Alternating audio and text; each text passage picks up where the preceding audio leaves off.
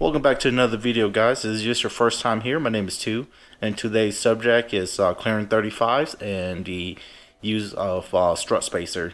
So when you use it correctly, it will benefit you, and I'll show you that later on. So with 35s, when I'm fully tucked, I do rub in the back and in the front just a little bit.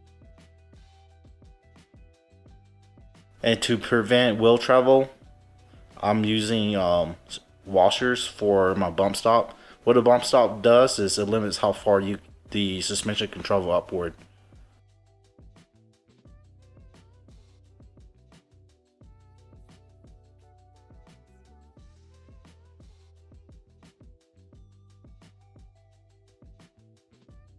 So sitting on the bump stop, as you can see here, I do still have about 1.5 inches of travel left on the strut.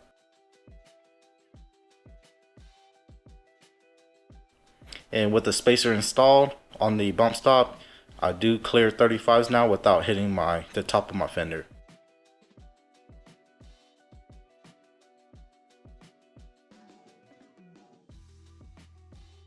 Here, when I'm at lock, I do rub on the washer tank just a little bit, and I will need to trim it right here. And also I trim the rear of the fender so the tire doesn't rub when I'm fully tucked and turned.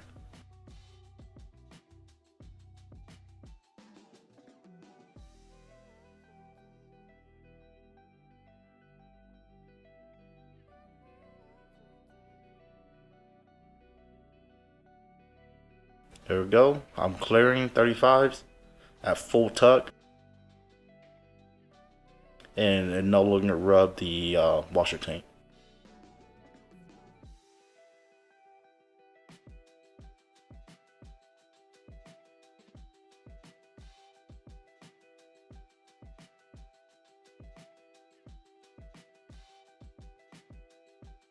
So this is a couple days after installing the lift kit. When I'm at full droop in the rear, it's tugging on the sway bar inlet pretty hard. So I disconnected the link and just do a measurement. And this is how I extend my rear link. I already have a 2-inch spacer on it, so I do need 2 more inches. Therefore I cut it and weld 2 more inches of steel to make up the difference. This is a top hat spacer, and then with the spacer installed,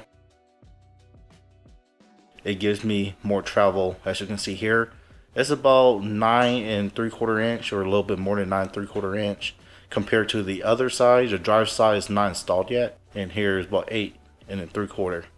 With the use of top hat spacer, it gave me an extra 1 inch of down travel without the axles binding. The thing about the top hat spacer is that you gotta be cautious when you use it. You should be looking at the measurements and stuff.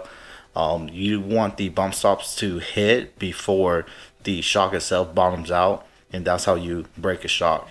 With me extending the rear link, it stops the sway bar from binding when I'm at full flex in the rear. As what you guys see here is just up and down travel when the rear axle is traveling side to side, or one side is up and one side is down. There's actually more droop than what you guys see there. So what's my opinion on top hat spacer? When used correctly, they will help you, give you more travel, but that's if you use it correctly. So why did I choose to use the top hat spacer in this situation? One is that to get the lift that I wanted, or the height that I wanted, I had to tighten up my preload. And the problem with the preload is I had it too stiff, and it was pretty jarring when I hit bumps and stuff. So if I loosen up my preload, I lose height. Therefore, the spacer, I can loosen up the preload and then use the spacer to compensate for the height. And also using the spacer, it gave me the travel that I wanted without causing any other issue. And that's ultimately why I decided to go with the top hat spacer. Top hat spacer is not a 1-to-1 ratio. It's more like it's a 1-to-2 ratio, or whatever they call it. This is a 1/4 inch spacer. A 1/4 inch gives you 1/2 inch of lift. Well, that's it for today. Thank you guys for watching. I'll see you guys again next time.